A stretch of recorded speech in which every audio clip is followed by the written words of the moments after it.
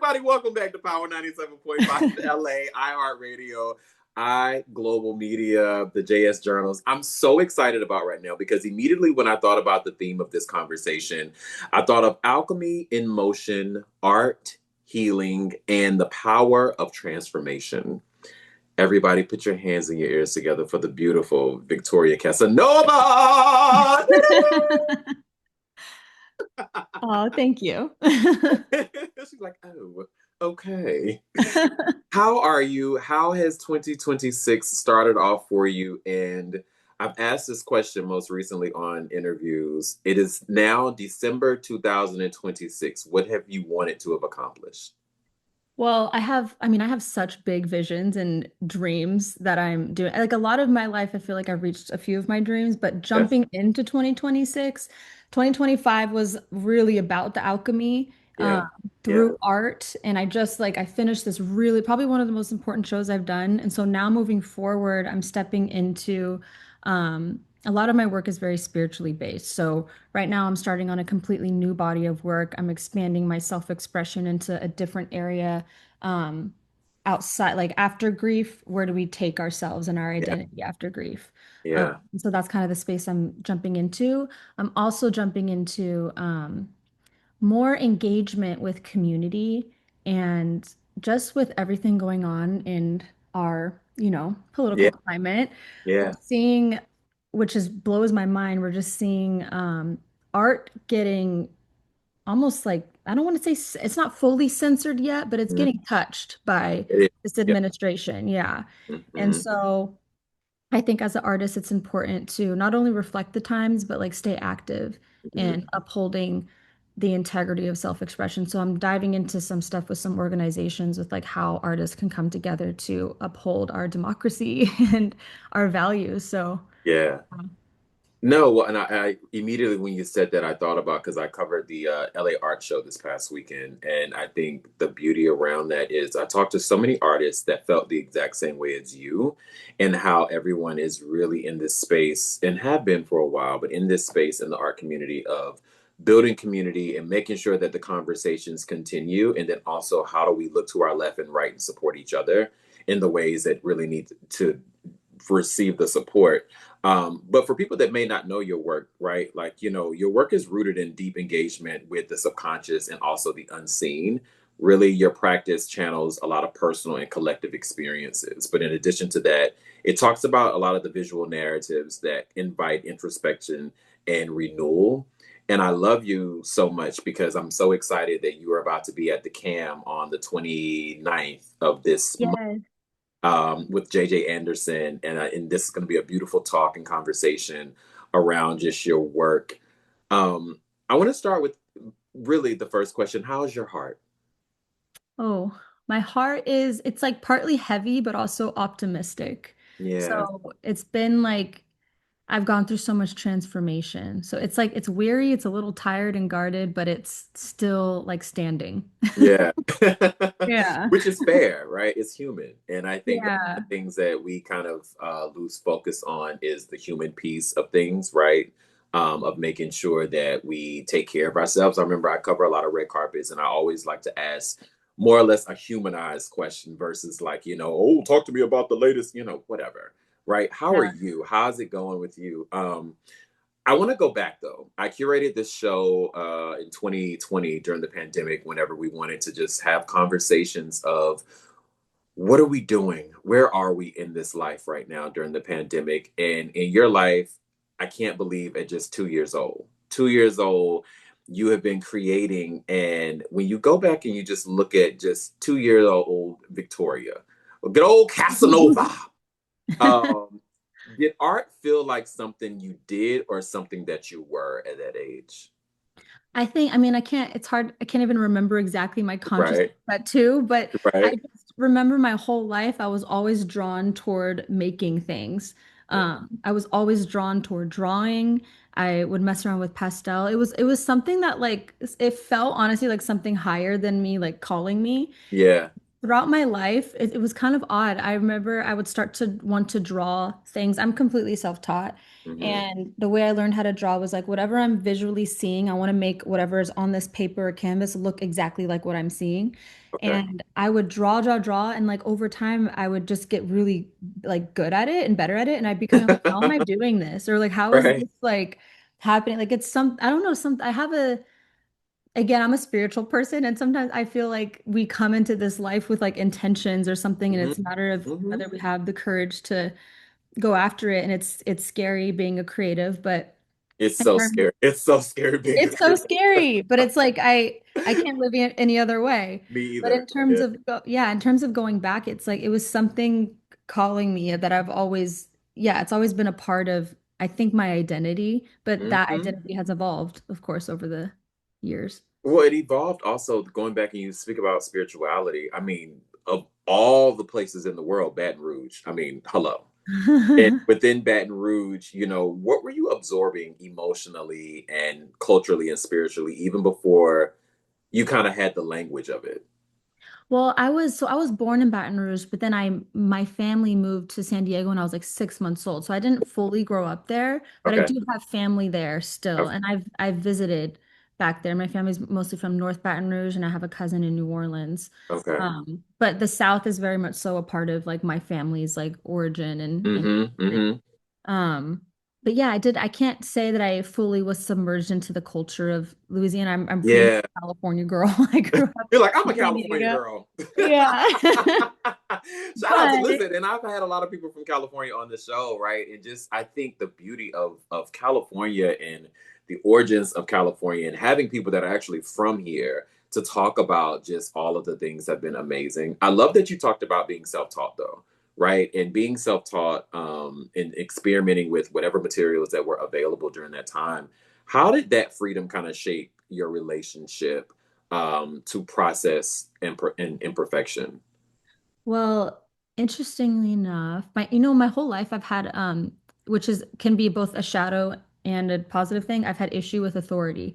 So I don't like being told what to do.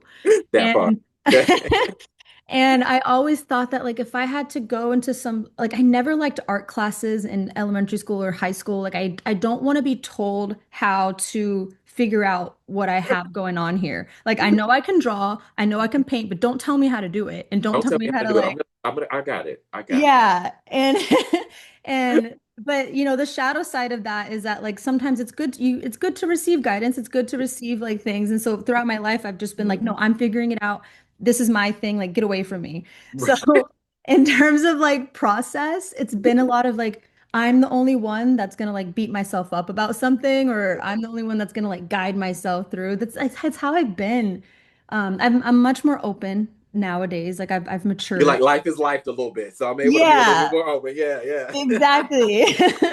But in terms of yeah, just process, it's been just me having this like fire in me that's like I'm gonna figure this out, and I don't like I'll make mistakes on my own along the way, and it's not gonna be under the guise of anybody else telling me where to go. So And I think that's what, as creatives, we are sometimes because it's hard to take yeah. direction from other people. I think it's always good to get feedback, but we're like, Yes. take it with a little bit of grain of salt, but I appreciate you. I think of the accident and the rebirth, and just with you when the body kind of changes within our spirits. You've spoken a lot about life altering accidents and kind of failing in 5 stories and having to kind of relearn how to walk, right? Yeah. Um, what do you remember most vividly during that period? Wow, so many things. I think the number one thing I can think of is just feeling like my body didn't belong to me. So there was a big internal separation where I felt like the accident happened to my body, but it didn't happen to me. It was this internal separation. But I would say the most strongest feeling of that time was just restriction, like not being able to use my legs, not being able to walk or have like Yeah. agency and ownership of my body. Like it was the time, because I'm such an independent person, it was a time where I actually needed to lean on people to help Mhm. me to heal, to help take care of me. Like it's basic things that happen that you can't do yourself when you can't walk. Right, Or when right, you break, right. I broke my spine in half. So it was a lot of See? surgeries. Yeah. I know. And my this is gruesome, but my right they almost had to amputate my right foot. It was a whole mess. Yeah. But Lord. but through that process, I was making art to like make sense of what I was going Yeah. through. I Yeah. think the biggest thing is just restriction and lack of agency over my body, but at the same time feeling like my body didn't belong to me. It was weird. And it's crazy because it's one of those things like the basic necessities of things of everyday life that we're like, oh, I'm good. I don't need any help. And now you're just like, now I really do need somebody. And I think that also teaches us who we can really rely on when we really do need the help, because those are the things. I remember making a comment the other day, it was so random. And I was like, if I get a flat tire, who can I call? And I'm just Um, like, triple A, because clearly yeah, none of these people around here are going to show up on the side of the daggone street. exactly. And I'm such an independent, but I was thinking about this, like during your recovery, did art really come easily, or did it really kind of have you negotiate your relationship with the making of art? It, kind of both in a way. My relationship with art itself changed. So before that, I was making more like abstract concepts around energy and what energy does to matter. I was very interested in like physics, quantum physics, Yeah, yeah. all stuff like that, from what I can understand from the outside, not being a physicist. But it went from that into actually like using art to process like profound trauma. Hmm. So just my relationship with what it means to be an artist and what it means to make art completely transformed and changed. Do So you see your art now as a documentation of healing, or do you kind of see it as an active participant within healing? I think I think both a little bit. Like Yeah. it's throughout my life, especially my last show, yes, it's definitely a documentation of how I'm processing life's adversities. Mm, Um, but it's also, yeah, it's both. It's it's really both. both for me. Yeah. And I was thinking about that whenever I was putting that question together. I was just like, I feel like she's gonna say both, just because they both matter to her in different capacities. Yeah. Um, I want to talk about alchemy and the unseen and the subconscious. Making the invincible visible, and you do that extremely well with your art and your process. You often kind of reference alchemy and transformation and the unseen. What does alchemy, and you talked about this earlier as well, what does alchemy mean to you outside of the metaphor of alchemy?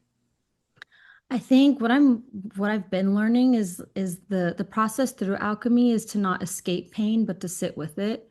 And that is like how you alchemize. Like I think so much of our society and our conditioning conditions us to move forward, move fast, Mhm, produce, consume, work hard, don't mhm, let emotions get in the way. But I've learned that actually sitting with the emotion and actually facing it and yeah. allowing it to be there is the process of alchemy. So Mhm, maybe outside of metaphor and in practical terms, it's like when grief comes or anything comes, it's actually just sitting in and allowing it to be there without judging it, mhm. um, has been like my process. So yeah.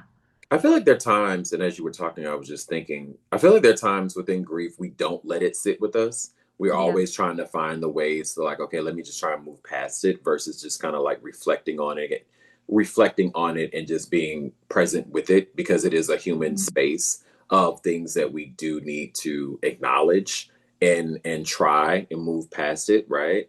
Um, Yeah. how do you tap into the subconscious when you're creating, right? When you're creating rituals, and you think of rituals and intuition and stillness and chaos. How do you tap into that subconscious? That's it's such a deep question because with every piece, it's like it's a different way that I will tap into subconscious things. Yeah. Example I could give is like one of my pieces, the first piece I made for my last show, it was centered around my brother who he took his own life. Hmm. And so my process of going into my subconscious was going into like how what my process was with being an older sister and going into like childhood, but then it was also trying to like while I was diving into my own inner healing, I was trying to understand his Yeah. subconscious, even though obviously I can't dive into his Right. Right. subconscious, Right. but diving into that, but through a spiritual lens. I'm going to try to make this make sense because there was so many layers to it, but No. Yeah. No. Absolutely. I dove into it through like a spiritual lens. So I read a lot of books. I read a lot of stuff about like the consciousness and psychology and all this stuff. And um, in terms of subconscious, um, dove into like what is the part of us that causes us to take the actions that we take or causes us to become the people that we become. And so Yeah. through that artwork, I honed in a lot on like childhood stuff and our childhood is Mm, what builds our mm, identities and builds a lot of our mm. pain or whatever throughout the rest of our life, even into adulthood, if we don't go Yeah, back and try to heal it. correct. And so the paintings I did with that was diving into like the deepest core of childhood wounds, and deep into my Woo! subconscious with like, why did I become this? Why did my brother, how did he get from where he was Hmm. when I knew him as a kid to where he ended up, or those things? And I processed all of that through these paintings. So in my last show, it looks like a lot of kids and it's more Yeah, like young children, but it was all based on pictures of him and I in childhood. So yeah. that's how I entered the subconscious in that way through childhood trauma, childhood wounds, and Hmm. going and facing that like head on. No, makes sense. When you're working across oil and graphite and digital art and murals, how do you decide which medium a story kind of belongs to? It kind of comes like automatically. Like usually with murals and digital art, those can be more like commission based, or if I'm, building something for something that's like outside of my personal realm of creative expression. So like if I'm doing something for like the Washington Post or something for sports or like for murals, the last mural I Yeah. did was with Destination Crenshaw, and that was for to support community Hmm. and the next generation of social justice leaders, things like that. And that's where, Yeah. okay, this medium works. We need to like do more print with this. So digital art's going to work better. When it comes to personal work, I usually tend to gravitate toward works on paper with graphite or oil paint because oil paint is it's a lot. It's a It's a lot. Yeah. much longer process, and that gives me a lot of time to process my emotions. But with the other stuff, which I love doing both digital art, all of it's a lot quicker and more yeah, efficient for I the think so project. as well. Yeah. What do you hope someone feels when they sit with your work more than just kind of like passing at a glance, right? What do you hope they feel?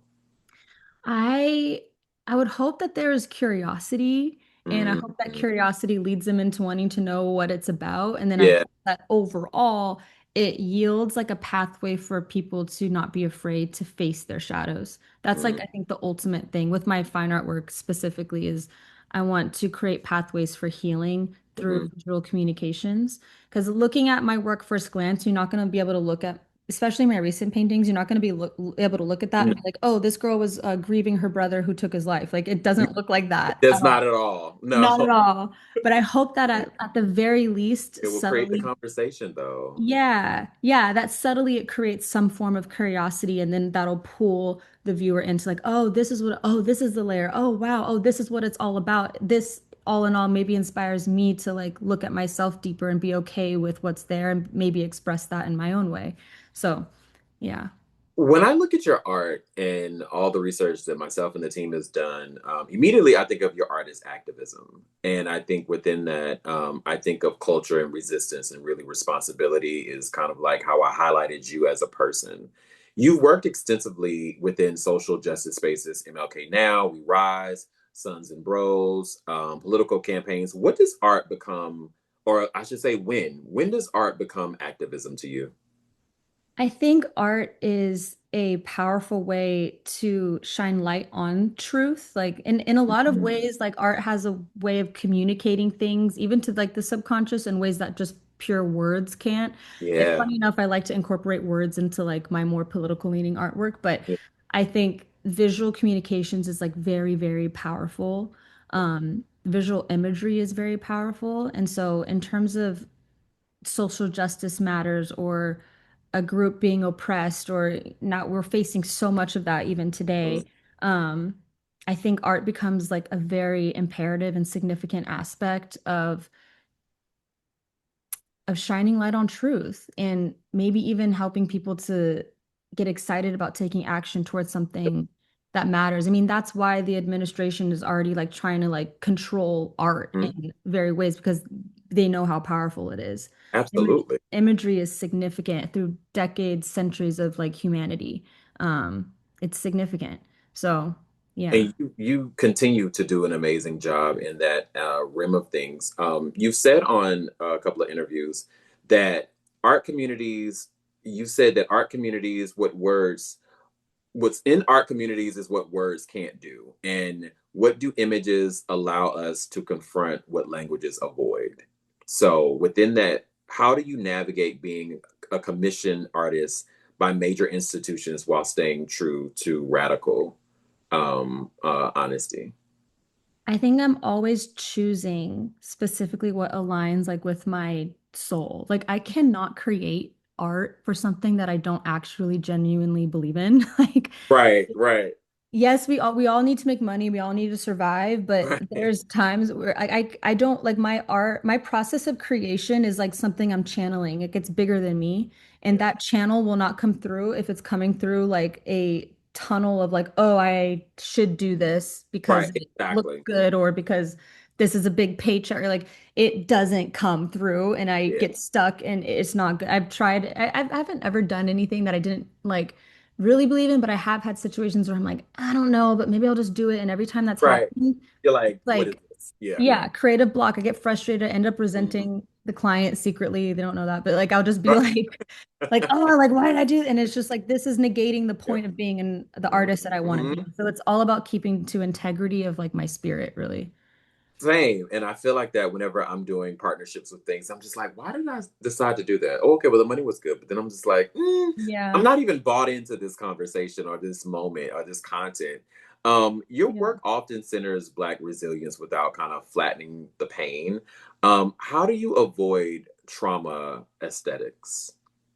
Oh, because I want to uplift. So like it's it's easy I love to this. I love this.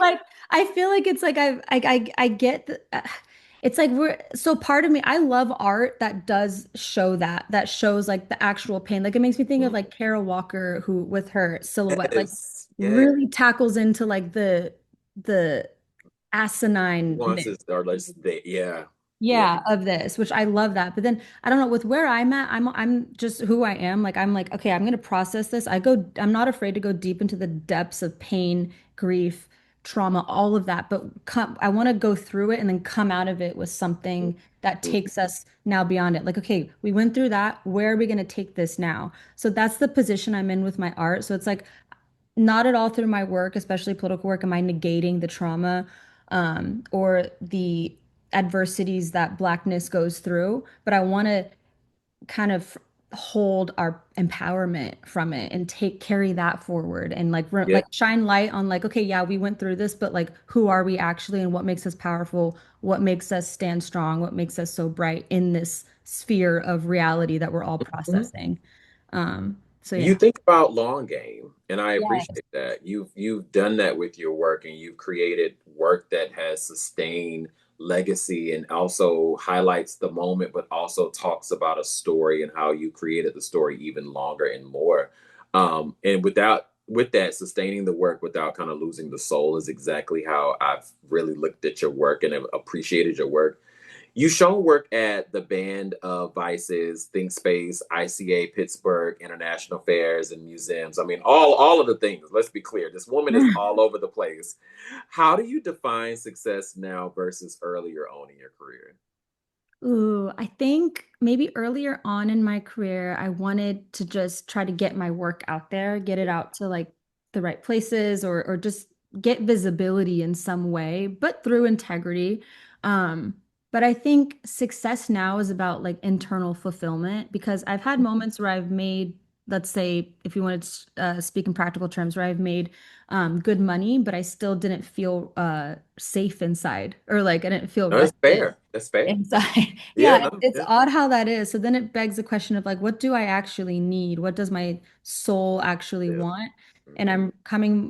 I'm having more clarity on like I want fulfillment, but I find fulfillment through service. So like I want my work to act as a tool of service for something bigger than myself. So whether that's humanity or a cause, or if my personal work serves people going through their own Yeah. pain. like in my last show that was about my brother, I did a talk for it at Band of Vices, and there was a few people that came up to me talking about how one person lost their mother and they were trying to figure out how to process their grief, or someone else, had their father commit suicide, and they're like, oh, Yeah. I didn't realize that like this is something that could Mm, exist in how yeah. we process.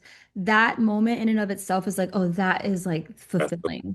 That is like, that's what my soul wants. It wants the stability, it wants the safety, it wants, Yeah. Yeah, of course. Yeah. practicality. But with that, it like the way that comes through is through that soul like purpose. That was the aha moment right there. He was like, okay, got it. My work now gets it.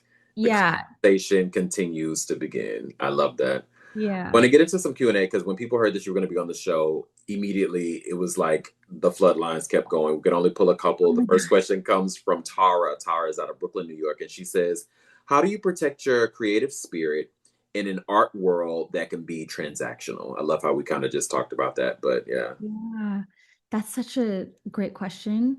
The way that I'm still navigating that even today, but what I'm finding is like trusting self. So like trusting like what wants to come through for me. Like yes, there is a transactional aspect within the art world. The art world is also like a very opaque and Mm-hmm. unregulated, crazy Mm. that is it's hard to like find one linear path through. But I think that the illusion that I'm finding is like it makes it seem like you can't be a part of it. But the illusion is that when you just become a part of yourself, when you're sitting with yourself and you're true to yourself, then the art will kind of like opens up a little more. Like I feel like Mhm. they're looking for something that is anchored in some sort of truth that is undeniable. Because you Yeah. can't fake authenticity. You Yeah. can't you Mm. can't fake that. But the transactionalness is going to be there. Like you can't avoid that. That's just a part of it. And I think that's a part of any creative industry. But the way to navigate that for me that I'm learning is staying true to self. And that is difficult sometimes. It's It not is easy. so difficult sometimes. Yeah, but you gotta just trial and error it and practice like staying true to yourself, but like know yourself, especially creatively as an artist.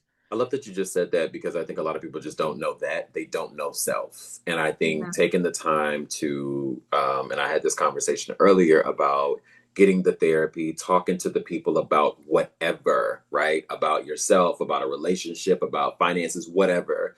Be able to sit and speak with someone about something. Um, Timothy out of Los Angeles says, what does sustainability look like for you, not just financially, but emotionally? Ooh, I think that is like creating structure.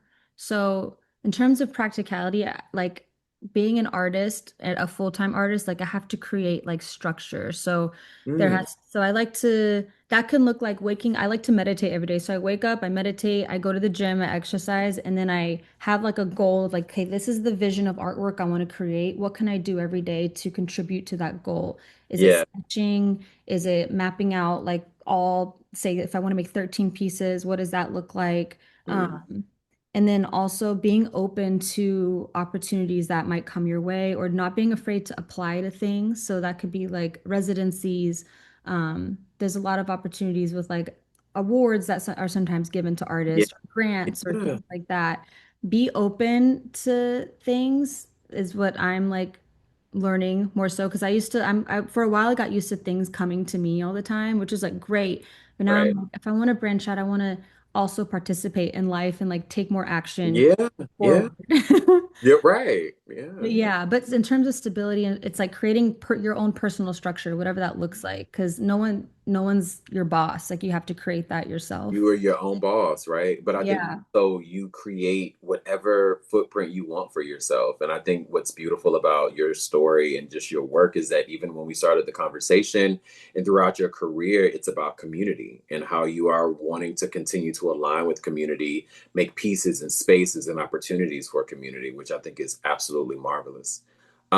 Last question comes from Jacob. Jacob is out of Sacramento, and he says he has two questions. The first question, I'll just go with the first one.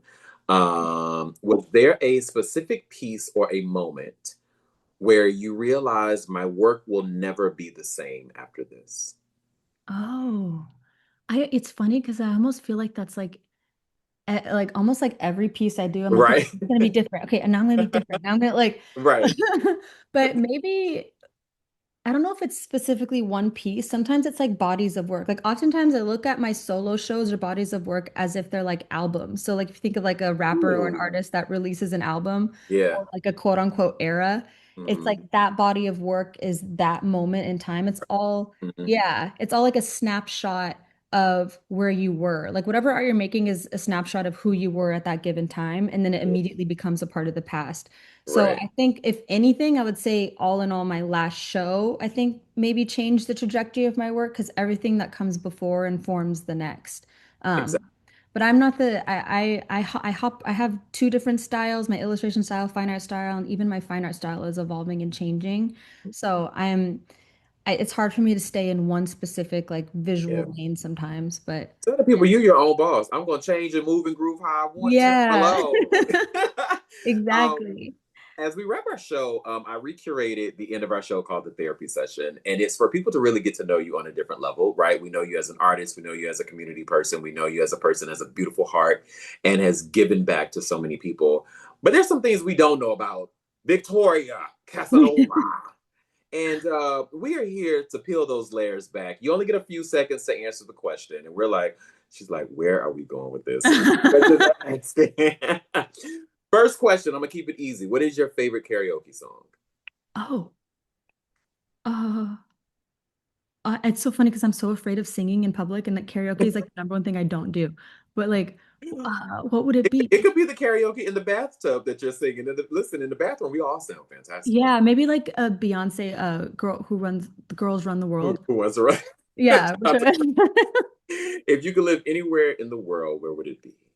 Europe, somewhere Same, in Europe. same girl. Let's pack up. Ready to get my flat in Paris and get out of here. Yes. What is the best trip that you've ever taken? Oh, probably I went to Noto, Sicily, and I just, Ooh, oh my God, Italy is one of my favorite countries I've visited, and it was so beautiful. The culture, the people, I loved it. I love Italy and I love the food. I had to go to the gym immediately when I came back from Italy. What is something that you are most grateful for right now?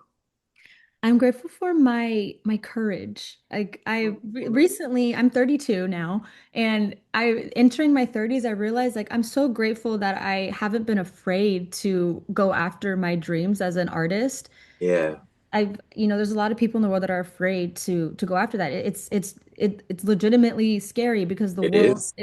the world is so catered to a specific way of being, I think. And so I'm Mhm. grateful to myself that I've allowed myself to express, even though I'm not perfect and I make mistakes and all that stuff. But I would rather look back at my life when I'm like 80 something and be like, I tried. Did And that I exactly. yeah, and I Yeah. did something that was true to me that felt right Mhm. at the time, and I'm grateful for that. I hear that a lot on the show, especially even with myself as creatives or as a reporter or do red carpets, whatever. It's always grueling whenever you're putting your work out there and people have to see it. You know, none of us Yes. want to be criticized for our work, and especially the things that we spend time on. You're like, oh my God, someone's going to say something about it. What do you mean? You hate Right. it? You love it? Okay, good. How do I take both? You know, it's crazy. Um, Yeah. what is a cherished memory that always makes you smile? Oh, oh, there's so many. Um, I would say maybe most recent was my show. The last show I had was so important to me, and just seeing like my family and friends there, and like I remember very distinctly seeing so much love in people's eyes that was more like strong than like normal, and I felt Yeah. so like loved, and I was like, oh wow, like it was like very like, oh, I feel it's a blessing to feel like supported in Hmm. my craft, and You're that is so seen. We see you, yeah. girl. We see you. Yeah, I'm so like that was just like heartwarming and like it's kind of like this encouragement of like you're doing the right thing in your Yeah. life. So, Hmm. yeah. How do you show love to the people that matter the most? Oh, it's funny because I've been told that I encourage people to their impractical ideas. I'm like a Ooh. anything's possible kind of person because I'm like, look, I fell 5 stories off a building. I I broke mean, my spine in half. Doctor told me I wasn't gonna walk again, and now I'm doing this. And then people said I shouldn't be an artist, and now I'm doing that. Like now my life you is did just it. yeah, like my life has just been like anything's possible. So like every time I have friends that like really want to do something or like, who don't know how to do it, I'm like, girl, like Just go. just believe in yourself, or Just like this is what we're gonna do. believe. Right. Exactly. Yes, or like I love encouraging, inspiring people to like the truth of like what their heart and soul like wants, because I feel like I can see people's spirits really easily, or like I can see like what wants to come through, and I want to like fork that out to like That's that encourage alchemy. them. That's that alchemy piece. It's like, Yeah. I see you. I see you. Yeah, but not Uh, everybody has a nervous system for it, but you know. that- Who in your family are you closest to, and what is something that they taught you about life? Oh, probably my mom and my dad. I'm very close to both of them. Like I'm a daddy's girl, and I'm also very close to my mom. So like my dad is someone who really grounds me. Like he always reminds me of like who I am. If I'm like nervous about something, or I tell my dad all my like dating stuff, and and he's always like he checks in with me like every day. He really really grounds me. And then my mom is like very very spiritual. So she's the one who like grew me up on spirituality and power of the mind and consciousness and your soul. And so she's someone I always go to talk about like the most radical Random, out of this right? world. Yeah, Yeah. And she will like understand it. Or I'll be like, Mom, I had this dream. And she'll be like, it's a prophecy. Like, this is like, this is what it's going to be. Or like, this is this is what's what it happening. means. Yes. Like, I can divulge all my like astrology girly stuff with my mom and she I won't can't. cringe. Shout out to mom and dad. As we close our show about peace, place, and your future, you've spoken about loving LA's creative energy, but struggling with the distance between people. How do you cultivate community here in LA? I am really making, especially this year, I've been cultivating my community by like always staying in touch with the people that I want to surround myself by and that I truly love and care for. So sometimes that can look like it's very easy in LA to have friends and then you just don't see each other. You don't Totally. really hit, Yeah. it's very easy. We get stuck in our bubbles. We Everything's do. We apart. do. Yeah. But I like to every now and then I just will check in with a friend, just be like, hey, I'm just thinking about you. I hope you're doing well. Like, I'll come over sometime and bring a bottle of wine over or something. Like I consciously check in with people that like I Yeah, want to continue our connection with. And they sometimes do that with me too, but like just taking a step forward to like make the effort to connect. It's as simple as like, hey, just thinking of you kind of thing. that's That's how it. I cultivated my community or checking in on people. Everyone's lifing, people are starting to have kids, like, Yeah. Yeah. like checking Life is in. life and girl. I'm like, Yes. Lord, what do you mean? I haven't talked to you in 6 months. I'm like, oh God, yeah, I've been busy too. Yeah. In, check in. It's Check okay to in. just check in. Outside of the studio, nature, movement, and solitude, what restores you? Ooh, nature. So this is really funny, but I will go to like Griffith Park and my Me mom, too. yeah, how have I not seen I you? was literally at the observatory, just like walking, and I was just like, you know what? This feels so good just to like be Yeah. peace in a way. But sorry, go ahead. Yeah. Yes, yes. But I'll go on that hike every now and then, and Yeah. then I'll sit at the park. And my mom told me that if you put your feet in the grass, you get the Earth's electromagnetic frequencies and it like helps to reset your system. So Literally gonna do that this week.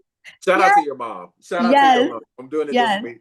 So I sometimes I'll go to the park with a blanket and a book and I'll just like put my feet in the grass. It's supposed to like ground you. So like that, oddly Uh, enough, like I love sitting in nature or going to the beach. Like being in nature is something that like, Listen, yeah.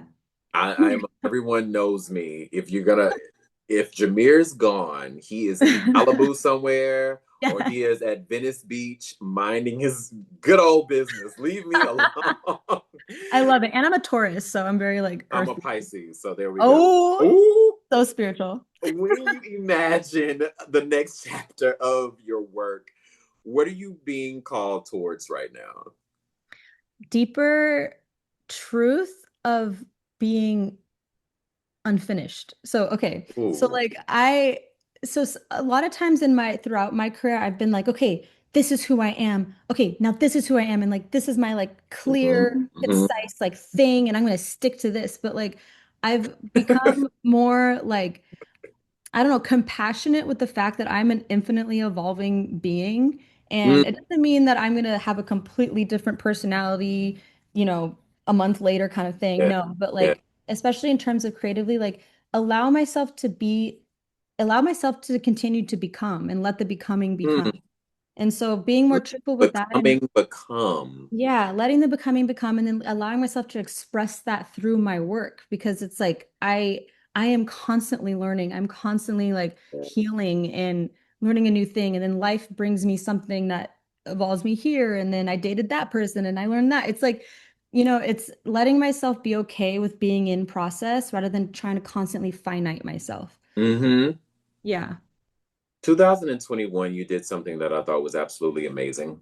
She's like, "What did I do?" Jesus, oh my God, I've done so many things. Um, you did a collaboration with Netflix for a mural that was dedicated to Letitia Lavon Harlan's legacy, and it was a film that was on Netflix, a love song for Letitia, directed by an amazing director that I'm just in Yeah. awe from. But I wanted you to know that when I saw that mural, I was extremely taken aback by just how beautiful you did this mural and a legacy for the family. What did that moment feel like? That felt really incredible. Like that was a big moment of like doing something that helps the healing of like another. So I think within that time I made that at it used to be called Aldrin Siton Park, but they Hmm. changed it to Latasha Harlan's Park because it was where her and her cousin used to always hang Yep, out in yep. Compton area. There hasn't been like a mural in Compton or in that area Hmm. that honored her after that many years. And so to be the artist to, or one of the first ones to make a Oof. mural of that was very powerful. I talked with her family, a lot of her cousins specifically, and I really wanted to integrate like like who she was as a Yeah. young 15-year-old girl. But that moment was really like me coming face to face with seeing how powerful art can really be in terms of healing, not just for myself, but for like others as Yep. well as the community, because it's recognizing a story that many young Black women and people of color go through and are now facing much more strongly now these days. So, Hmm. yeah. Um, from origin and identity to the accident and your rebirth, and then the alchemy and the unseen and all the subconscious to art as activism and your beautiful career and the galleries and the partnerships and the collabs that you have done and the visibility that you continue to leave on all of us. Victoria Cassinova, what do you want your legacy to be? Ooh. I want my legacy to Ooh, that's such a tough one. It's like the first thing that comes to mind is like to be about truth. Mm, I just want truth. Like I'm a truth seeker. I want the truth of myself. I want the truth of like what I'm witnessing through life. And I want to express all of that through art so that hopefully one day when I'm transitioned from this life in this lifetime, that people can look back at that work and feel a sense of truth. And that maybe that truth can inspire whatever truth is inside of them. So I think the overarching thing would be like my legacy to be about just truth. I thank you for you. I thank you for your truth. I thank you for just your voice. We thank you for your pen, because you continuously make sure that the strokes that are created on these canvases are leaving legacies. After all of us are gone, it'll still create stories. Any last words you want to leave for any of your fans or followers or people that have followed your career? Any last words? Ooh. Don't let fear like dictate your becoming. Like don't let fear get in the way. Like fear it doesn't have to go away, but it doesn't have to be in the Mhm. driver's seat. So, yeah. I want everyone to make sure they come out and support you in conversation with JJ Anderson. And that is January 29th at the CAM from 7 until 8. And also, I want them to make sure they follow your social media at VCASSINOVA. Make sure you slide in her DMs, purchase some art, look at her art, ask her some questions, all of the things.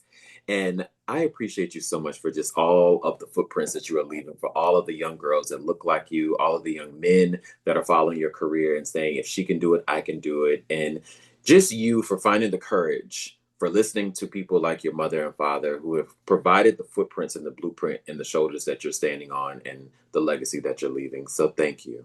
Thank you. I appreciate it. I'm very grateful. Absolutely. Listen, as we always say on Power 97.5 LA, Power B 97.5 Vegas, as well as iGlobal Media and the JS Journals, stay positive, but stay creative. Until next time, thank you for tuning in.